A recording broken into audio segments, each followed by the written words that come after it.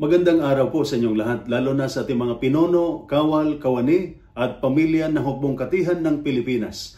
Ako po si Father Dion, ang Post-Catholic Chaplain ng Headquarters and Headquarters Support Group of the Philippine Army. At ito po ang salita ng Diyos, ang ating gabay.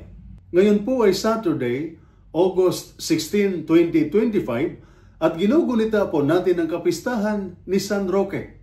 Si San Roque ay isang taong inialay ang kanyang buhay sa paglilingkod sa iba, lalo na sa mga may sakit at mahihirap.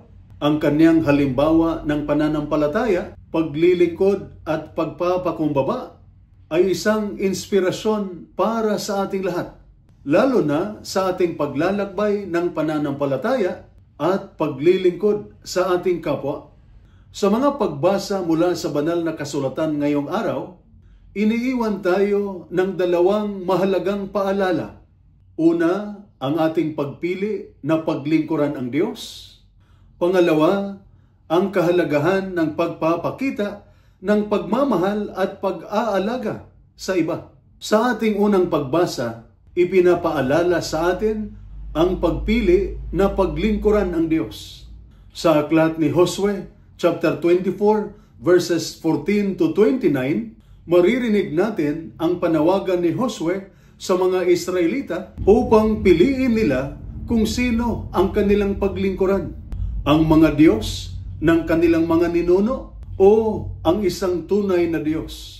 Sinabi ni Josue, "Ako at ang aking bahay ay maglilingkod sa Panginoon."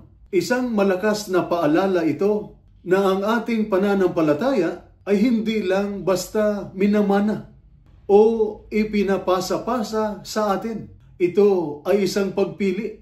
Araw-araw, tayo ay kinakaharap ng mga desisyon na nagpapakita ng ating katapatan sa Diyos.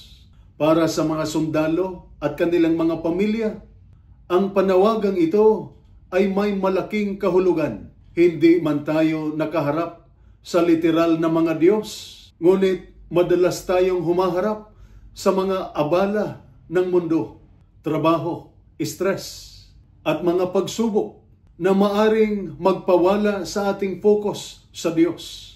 Ngunit tulad ni Josue, tinatawag tayo na gumawa ng matibay na desisyon araw-araw, maglingkod sa Diyos, hanapin ang kanyang gabay, at mabuhay ayon sa kanyang mga aral at pagmamahal. Hindi lamang ito desisyon para sa ating sarili, kundi para sa ating pamilya at komunidad. Naway piliin nating maglingkod sa Diyos ng buo ang puso. Sa ating ebanghelyo naman, ipinapakita ang pagmamahal ni Jesus sa mga bata. Sa Matthew chapter 19, verses 13 to 15, makikita natin kung paanong tinanggap ni Jesus ang mga bata. Isang grupo na madalas ay hindi pinapansin sa lipunan noong panahong iyon. Sinubukan ng mga alagad na paalisin ang mga bata, ngunit sinaway sila ni Jesus at nagsabi, "Pabayaan ninyong lumapit sa akin ang mga bata at huwag ninyo silang sawayin, sapagkat sa mga katulad nila ipinagkaloob ang kaharian ng Diyos." Ang mensahe ni Jesus ay malinaw. Ang kaharian ng Diyos ay para sa mga may pusong mapagpakumbaba at handang maglingkod. Ang buhay ni San Roque ay isang halimbawa ng ganitong kababaang loob at paglilingkod. Ibinuhos niya ang kanyang buhay sa pag-aalaga sa mga may sakit at ipinapakita sa atin na ang tunay na kadakilaan sa mata ng Diyos ay matatagpuan sa pagmamahal at paglilingkod sa mga pinaka-nangangailangan. Ang buhay ni San Roque ay paalala sa atin na ang paglilingkod sa iba, lalo na sa mga may pangangailangan, ay nasa puso ng ating tawag bilang mga Kristiyano. Naway matutunan natin, katulad ni San Roque, na maglingkod sa kapwa at magpakita ng pagmamahal, hindi lang sa malalaking paraan, kundi sa mga simpleng bagay araw-araw. Ito po ang salita ng Diyos, ang ating gabay. Manalangin tayo.